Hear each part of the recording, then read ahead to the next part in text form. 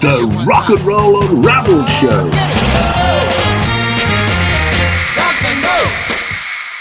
I'm Derek Shelmerdine. Welcome to another Rock and Roll Unraveled Show. Now, record producers are usually less well known than the artists they work with. Not so with Phil Spector.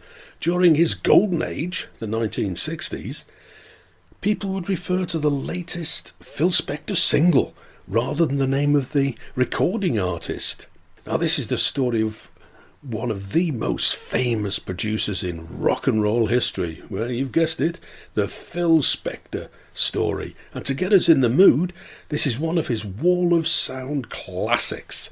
A hit on both sides of the Atlantic in early 1964. This is the Ronettes, Baby I Love You. Phil Spector was born in New York on the 26th of December 1939. Well, some sources give the date as the 25th, but he was definitely a Christmas baby. He was a writer, producer, and famous for multi-layering the instruments to obtain his trademark wall of sound. Now, ironically, he was a passionate mono enthusiast and even included a badge, a pin, saying back to mono with his 1991 box set, and that was a 4 CD retrospective of his work from 1958 to 1969. Really, I mean, the golden age of Phil Spector, and that was called Back to Mono. When he was only 9 years old, his father, Ben, committed suicide, and the headstone on Ben Spector's grave bore the inscription, "To know him was to love him." Now, that might sound familiar, and the reason for that will be coming up shortly. And in 1958, 20th of May to be precise, he was in the studio to record the Teddy Bears' Don't You Worry, My Little Pet. And that was in Gold Star Studios in Los Angeles. Now, he wrote and produced it, as well as performing with his three little friends. Annette Kleinbard, who later became Carol Connors, and quite successful in her own right, Marshall Lieb and Harvey Goldstein. Now, when they returned to the studio to record the B-side, they were down to a trio, and that was minus Harvey Goldstein, and they were now calling themselves the Teddy Bears. They'd originally planned to record Wonderful Lovable You as the B-side, but this was abandoned in favour of another Spector penned song, To Know Him Is to Love Him. And of course, that was inspired by the inscription on his father's headstone. To know him was to love him. They simply changed the tense. Now, DJs, as they did at the time, flipped the songs, and To Know Him Is to Love Him became Phil Spector's first hit. And he wrote it, he produced it, he performed on it, and it gave him a #1 for 3 weeks in America, and actually made #2 in the UK as well. He started his producing career at Atlantic Records. He was there in 1960 and 61, and that's Atlantic Records in California. And he worked for Lester Sill and Lee Hazelwood on the Atlantic Distributed Trey label. Now, Phil became bored with the limitations on the West Coast recording scene, and he asked Lester Sill for an introduction to Sill's former associates at Spark Records, and that, of course, was Jerry Lieber and Mike Stoller.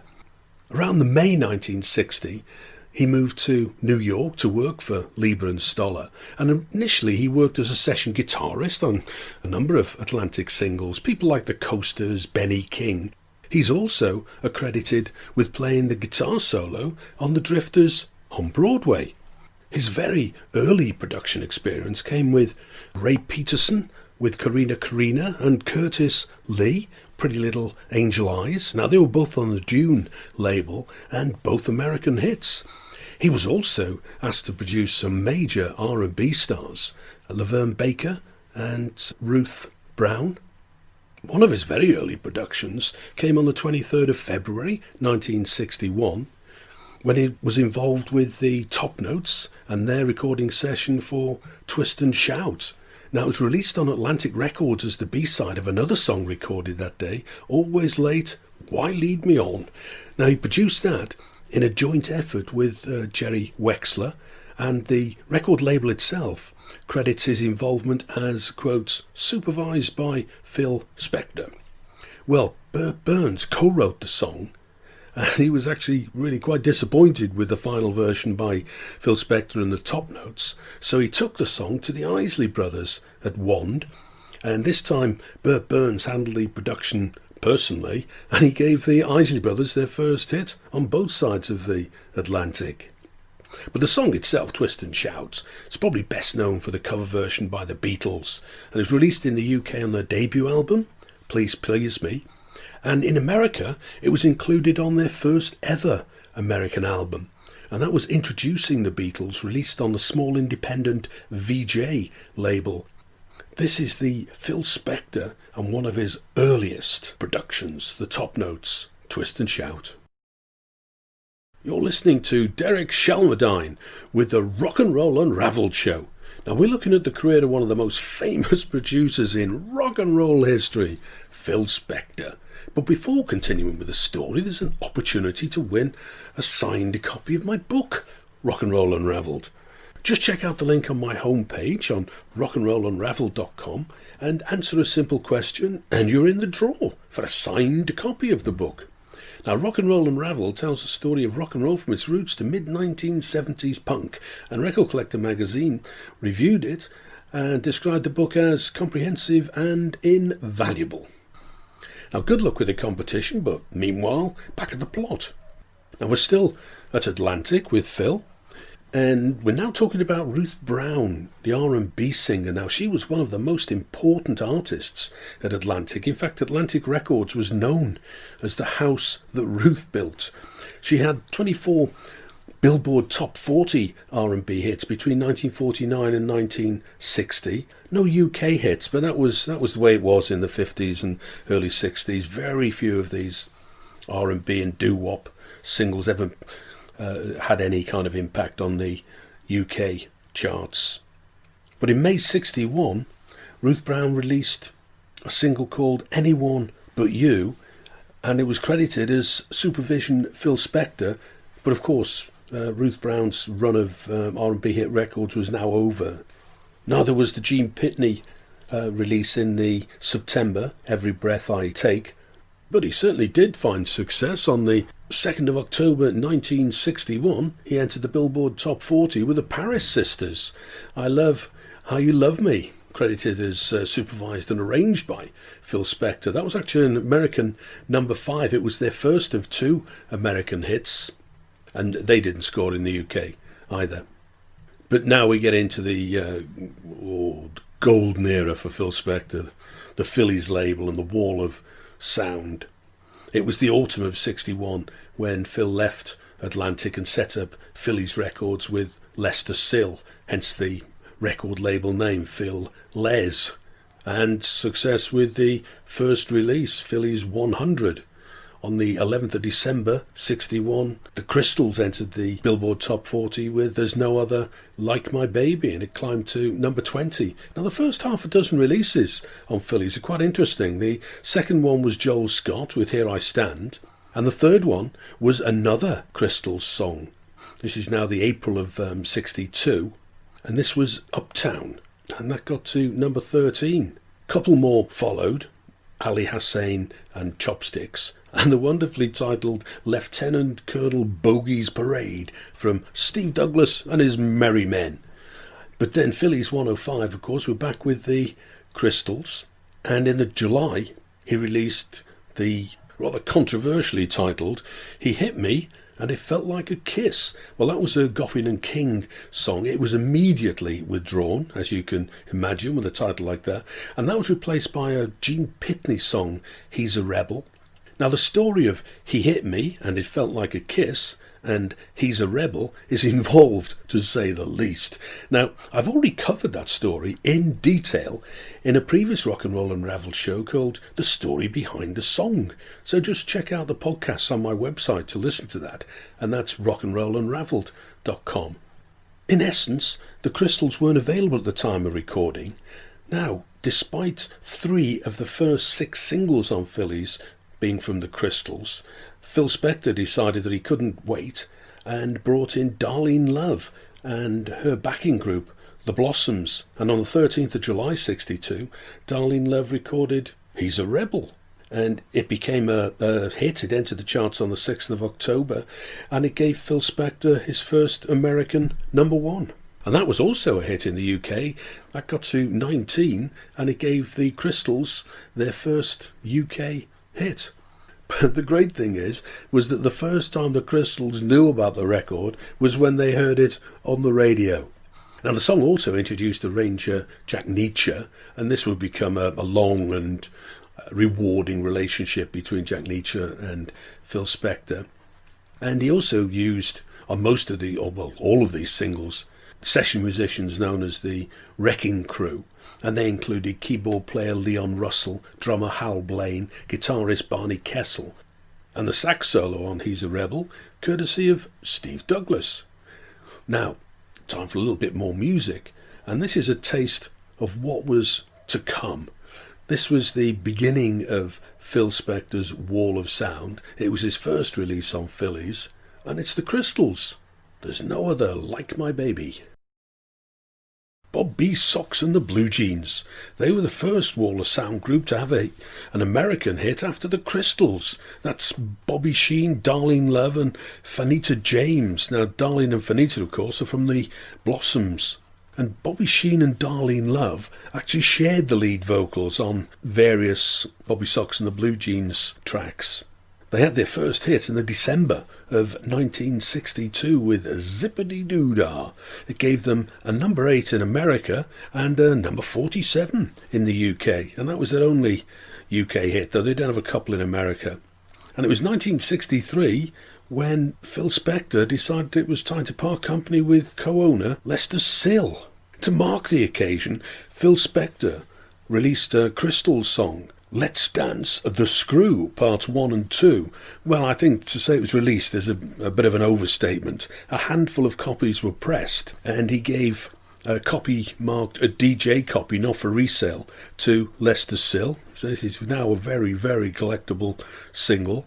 The Phillies number for this was 111, and it was immediately withdrawn. Well, a handful of copies, as it were.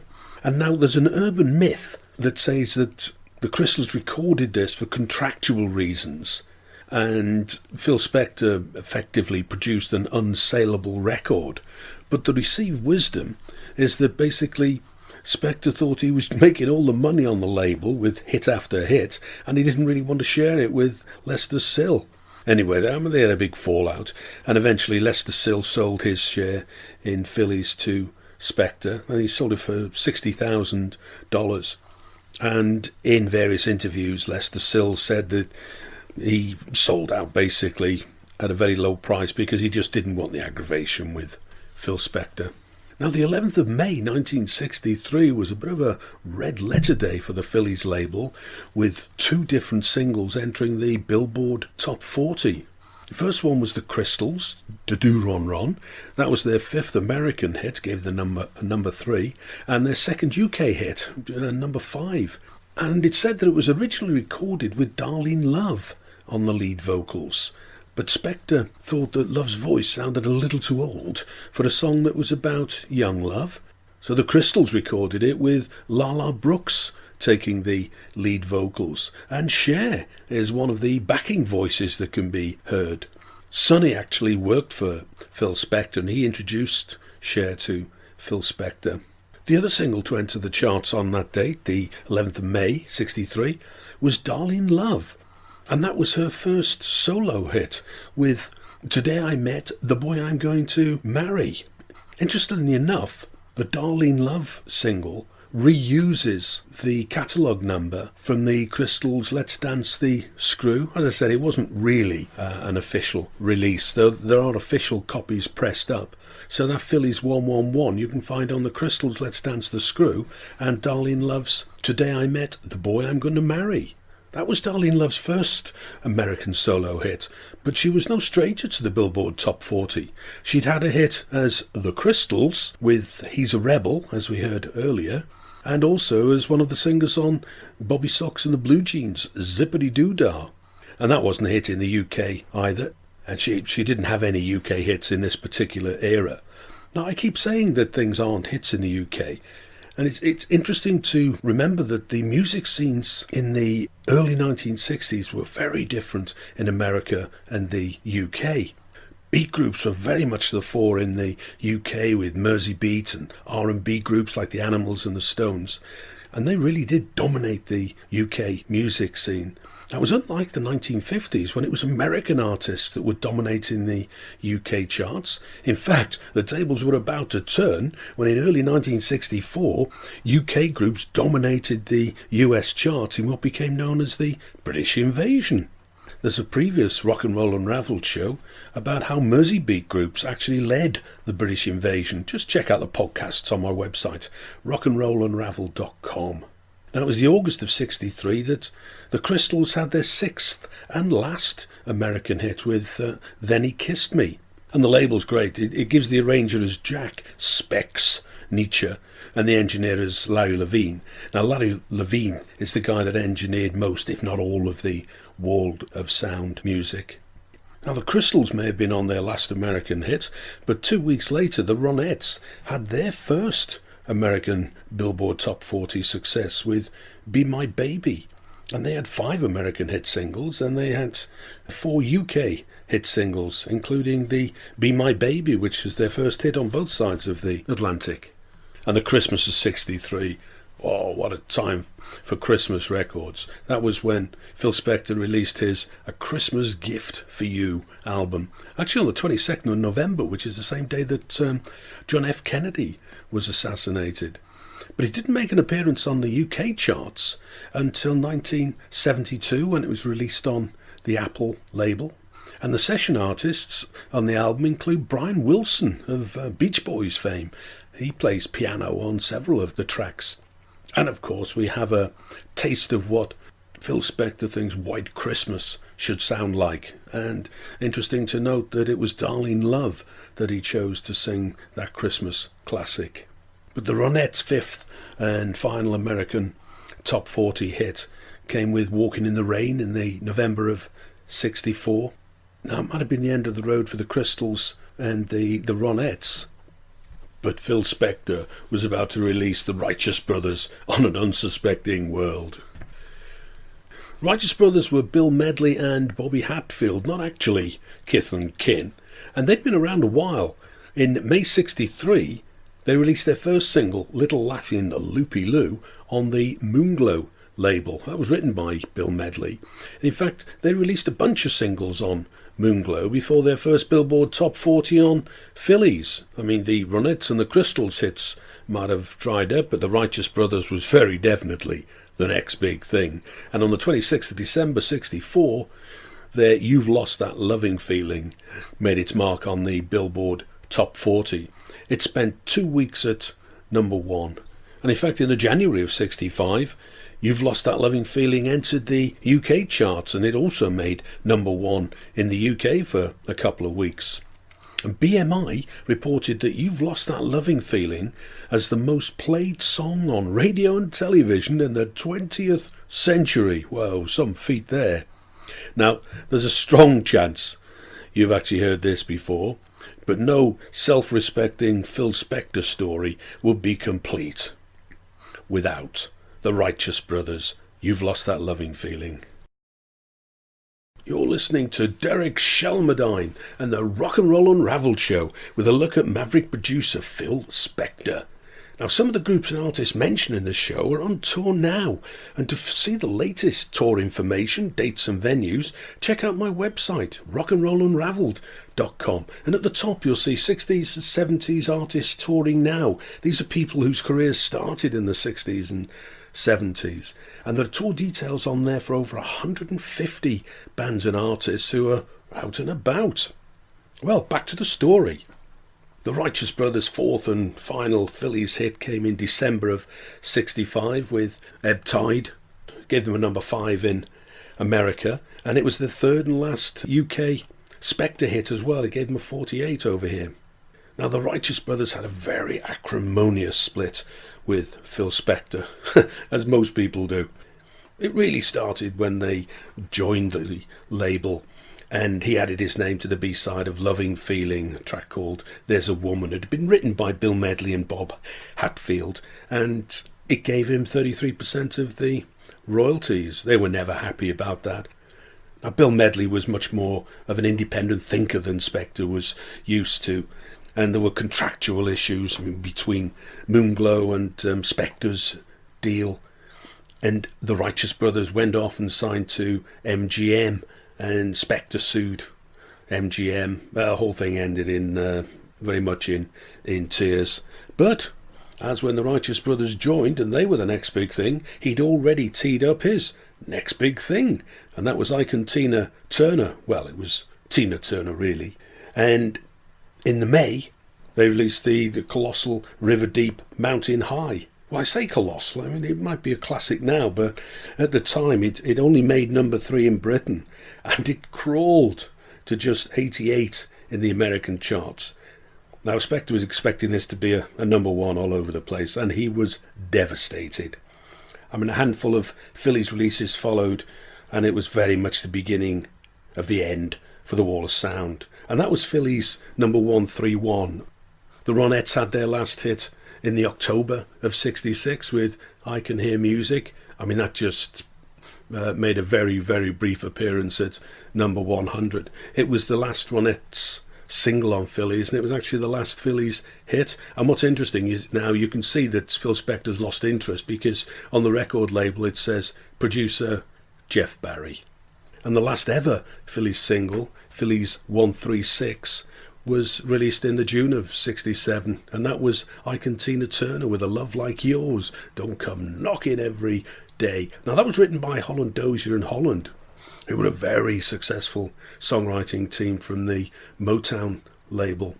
And interestingly enough, there's no producer's name listed on this particular single, and it wasn't a hit in the UK or the US, and that was it. That was the end of the Wall of Sound, and Phil Spector withdrew from the music world.